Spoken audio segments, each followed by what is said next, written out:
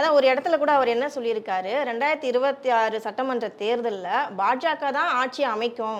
இதுல கூட்டணியில் இருக்க அதிமுக வந்து ஆட்சி அமைக்கிறதுக்கான வாய்ப்புகள் இல்ல அப்படின்னு தெளிவாவே ரொம்ப ஓப்பனா சொல்லியிருக்காரு இல்ல, இல்லையா? அவர் இன்னொன்னு சொல்றாரு. அவனு திமுகன்றது அகற்ற வேண்டிய ஒரு திமுக தலைமையான ஆளும் கட்சியை தமிழகத்திலிருந்து அகற்றணும். ம்.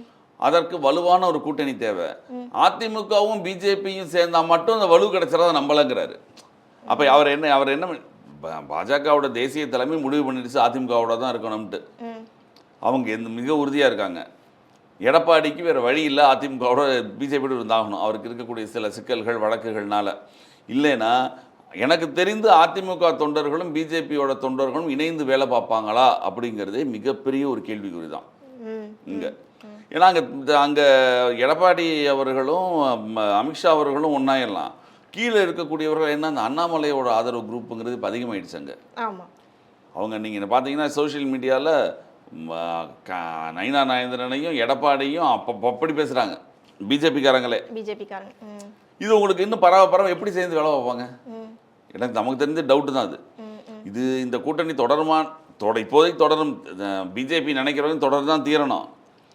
ஆனால் அதிமுக தொண்டர்களுக்கு இந்த கூட்டணி மேலே மிக பெரிய விருப்பம் இல்லை. நமக்கு தெரியும். வேறு வழி இல்லாமல் தான் ஜெயக்குமார்லாம் சொல்கிறார், நான் தோற்று போனதே ராயபுரத்தில் பிஜேபி நல்லா தான்றாரு. அங்கே இருக்கிற முஸ்லீம்ஸ் ஓட்டு கிறிஸ்டின்ஸ் ஓட்டு எல்லாம் போச்சு.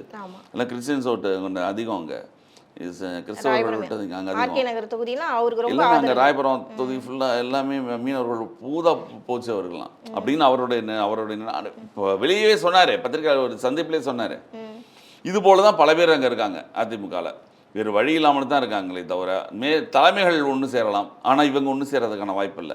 இந்த பிரச்சனையில் இப்போ அண்ணாமலைக்கு வந்து வேறு முக்கியத்துவம் வாய்ந்த பதவிகள் இல்லை அப்படிங்கிறதுனால இப்போ அவர் சும்மாவே இருக்க மாட்டார். இப்பயும் சும்மா இருக்க மாட்டார். 2 நாளைக்கு ஒருத்தர் பத்திரிக்கை ஒரு இதை கூட்டுவார், அங்கே ஒரு பிரச்சனைகளை போவார். அதிமுக மேலே அவர் சொல்கிறவரெல்லாம் அதிமுகவுக்கு எதிராக தான் இருக்குது. என்னைய கேட்டால் அவர் சொல்கிற வார்த்தை, என்னைய கேட்டால் நான் பிஜேபியோட ஆட்சி தான் அமையும் சொல்லுவேன், கூட்டணி ஆட்சி கூட அமையும் சொல்ல மாட்டேங்கிறாரு. இன்னொரு இடத்துல கூட அவர் என்ன சொல்லியிருக்காருன்னா, நான் பிஜேபிக்காக தான் நான் உழைப்பேன், என்னோட கட்சியை நான் டெவலப் பண்ணுறது தான் உழைப்பேனே காண்டி அடுத்த கட்சிக்காக நான் வந்து உழைக்கணுன்ற அவசியம் இல்லைன்ற மாதிரி சொல்லியிருக்காரு. அது உண்மைதான். அவங்க கட்சிக்காக தான் உழைக்கணும், அடுத்த கட்சியாக உழைக்க வேண்டிய அவசியம் இல்லை. ஆனால் கூட்டணி வந்தாச்சு, கூட்டணியில் இருக்க கட்சிக்காக நான் உழைக்கணுன்ற அவசியம் இல்லை அப்படின்னு. இப்போ இதே மாதிரி நீங்கள் திமுக கூட்டணியை பார்க்க போனீங்க, ஒவ்வொருத்தரும் பேச ஆரம்பிச்சாங்கன்னு வச்சுக்கோங்க. திமுக கூட்டணிலேயே விரிசல்லாம் இல்லாமல்லாம் கிடையாது. 95% ஒரு வேலையும் சேர்க்கல, எங்களுக்கு சீட்டு வேணும்னு கேட்குறாரு சண்முகம் சொன்னாலே அது மாதிரி இங்கேயும் பிரச்சனைகள் இருக்குது.